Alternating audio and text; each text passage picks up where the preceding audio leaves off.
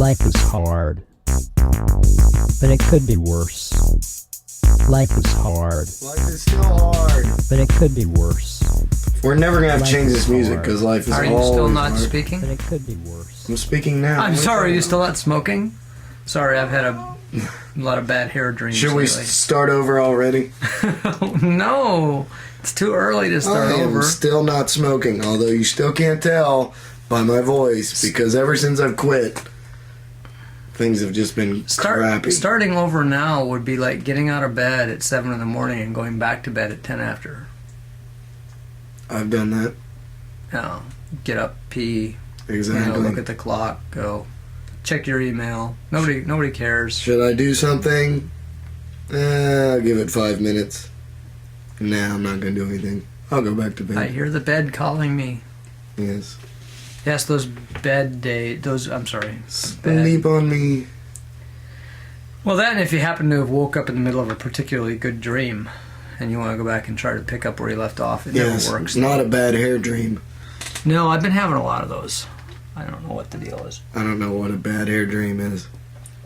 It's kind of like when you go out without pants on in a dream, but in this case, you go out with like ridiculous hair. You Bad forgot hair. to comb your hair, and it's sticking up all over the place. I'm not sure that this is a thing. Is this a thing? It is for me. I'll be walking down the sidewalk on a sunny day, and I'll see my shadow on the sidewalk. My hair will be like 6 feet taller than I am. Yeah, it's scary. That's just the angle of the sun Yeah. No, it's creating your shadow differently. I think I have issues with getting I put off getting my hair cut for a long time, and then when I need it cut, I don't have the money to get it cut, and so it becomes sort of a source of anxiety. Then you have these dreams Yeah, exactly. about you should have got your hair cut. Probably should have gotten it cut 50% shorter than the last time I was there. 110% shorter than before. Exactly. Which brings me to my other point. In the news, Apple, you guys might like this. This might be good for you. Apple has increased the limit. Now, I don't know anybody who hits the old limit on your iCloud's music library was 25,000 songs. Does anybody actually have 25,000 songs that like hit that limit? What passes for a song? I don't Does a know. ringtone count as a song? I mean, because I don't know. I mean, this is the iTunes or a music library. I assume it would be songs. But either way, they raised it to I'm guessing it 100,000. would be files. You know, so if the song was 2 seconds or... Apparently, they had people that were complaining because they raised it to 100,000 and it made the news. And the guy that wrote about it said that it was a threefold increase, which is technically correct. It increased by 75,000, which would be 3 times the original. Which is, I know it's kind of a mental brain twister, but yeah. I mean, first I would when have said a 4-fold increase, I guess. Yeah, well, it is now 4 times what it was. Correct. Yeah, and a lot of times when I read these articles, they're not always clear. Like they'll say, you know, it was 100% increase or 200% increase when they meant it was 100% increase because it was 200% of what it used to be. And anyway, that always bugs me because that's the problem with being a software engineer. You see, you think differently because when someone comes to you and says, we want to increase this by 5%, you immediately have to clarify and make sure. I mean, in that case, it's relatively clear. They're going to increase. They're not going to increase it to 5% of what it was. That wouldn't be an increase. But sometimes they're not clear on what they say, so you have to clarify. And people give you a funny look. They're like, wasn't I clear? You're like, no, actually, you weren't. You know, do you want... Well, when they say it could be between the range, the legal range is say, 7 to 13. And you say, is that inclusive? And they're like, 7 to 13. You're like, including 7 and 13, or between 7 and 13, as in not 7 and not 13, but everything in between. And they, Right. again, they look at me like I'm nuts. This is the hazard, one of the occupational hazards, because I can't do something in software unless I know exactly what you mean. You can't deal with vagary. No vagary here. Well, you know what they say, garbage in, garbage out. If I Yeah. put in the wrong rules, you'll get the wrong result. So, You always have to have periods in your texts. absolutely. I am a robot texter. You're a robot texter. Did you see the article? I did. It's ridiculous. Only because somebody sent it to me. I don't know who would do that. I don't either. But they did a study on how people responded to text messages that ended in periods versus those same messages that did not. Yeah, or I had guess. just used periods in general. Yeah, so periods are once again the villain. Yes. Period. Grammar is a villain.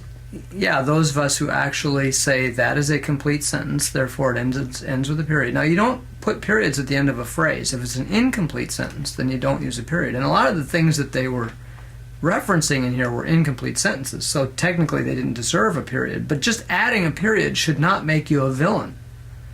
They said it was monstrous to add a period. This is why I never get laid. How do you separate one idea from the next idea if without a period? It might be okay to put periods within a paragraph, but I think the period at the end is... I don't know. I mean, they did the research. Sounds good, I'll be there. Sounds good, period. I'll be there, period. Oh, see, But no, they want you to do, sounds good, I'll be there. Right. You have to decipher. That would sound more robotic It's than like anything. deciphering headlines. Sounds news good, headlines. I'll be there. They never put proper punctuation in news headlines. I always have to figure out what the hell they're talking about. They don't put proper anything in news headlines. I know. Well, They don't put even... proper facts. Yeah, I know. It's always misleading. Yeah, exactly. Like you go to read the We're story lying to and you you're to like- get you to read. You're like, wait a minute, your headline said this, and I just read the story, and your headline's not even true. And like, oh, we got you to read it, didn't we? It's like, that's not the point. A lot of people are just going to read the headline. Right. And then they're going to be left with misinformation. And then they're going to post it all over Facebook. Yeah. Make other people mad. And other then people believe especially people that read it and find out that what was posted on Right. Facebook was inaccurate. And that everybody else is mad and we're all fucking crazy. So anyway, the period thing kind of... I'm not changing. I'm going to keep putting periods in. But apparently this does explain why I can never get anybody to have sex with me when I text them, because apparently it said that... That's what you text them for. It said that if you use... Well, it's the only reason to text Hey, anybody. how you doing? Yeah, do you want to have sex? I mean, that's... why Hey, else would you- period. How you doing? Question mark. Right. But apparently... Want to have sex? Question mark. But question marks don't have that But see now, effect. right. Only periods. But I might say want to have sex, period, which is a different meaning. It says I want to have sex. Right. There's the implied me or the implied you. If I put a question mark, then it's the implied do you want to have sex? And if Right. it's- You should stick with the question mark. Okay, that would be safer. You're right. Because periods. Maybe I could get laid that way. Yeah. Well, this has been good. I'm glad we could have this session. Yeah. How much do I owe you? It's like $100 an hour for count. Holy cow, that's like a 300% increase over what I usually charge you. Yeah, right. So, Of $30 or something. that would be 25.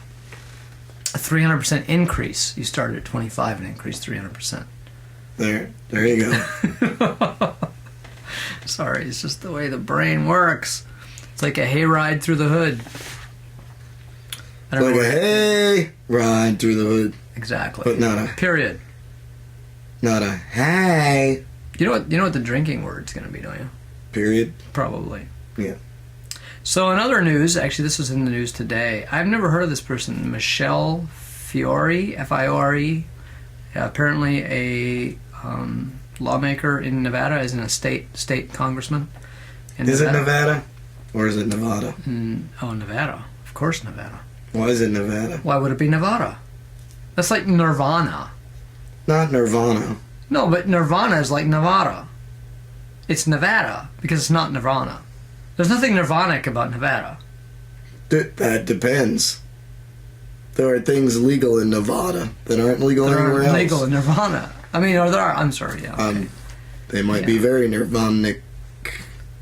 or So this something. crazy woman, and this is frustrating because It's Nevada. it's a woman. It's not some, big dumb bloke that's saying this. This is an educated woman who's an elected representative for her region in the state.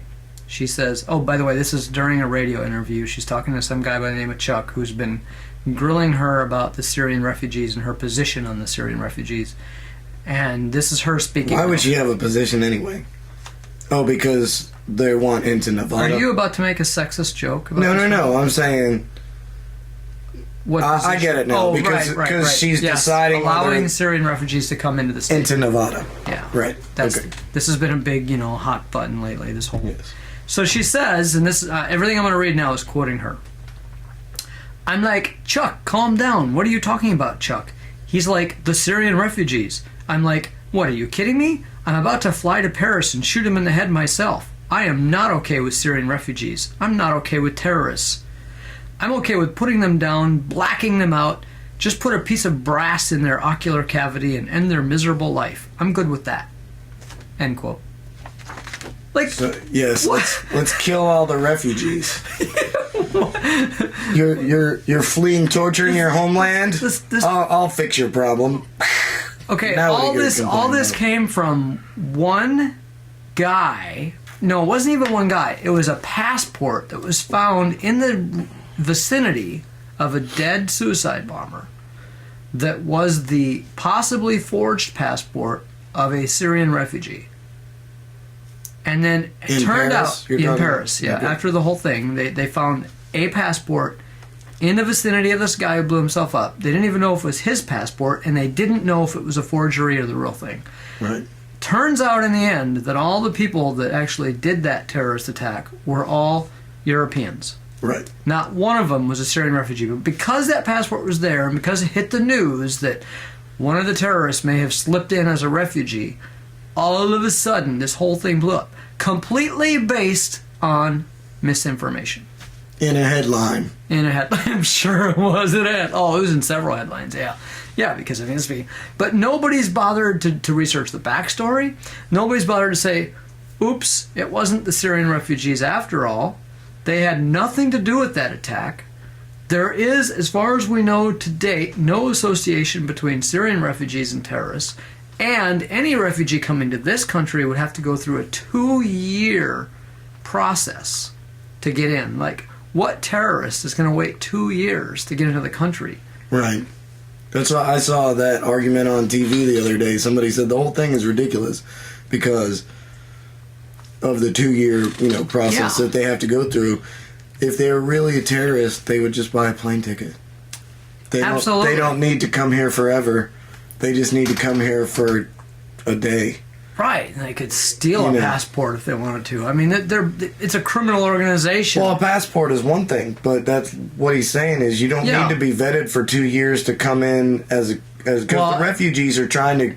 Until along Get comes political Donald Trump asylum and and all says that. we don't allow any Muslims into the U.S., whether they're visitors, tourists, on a visa, anything. No Muslims. If you could even enforce that.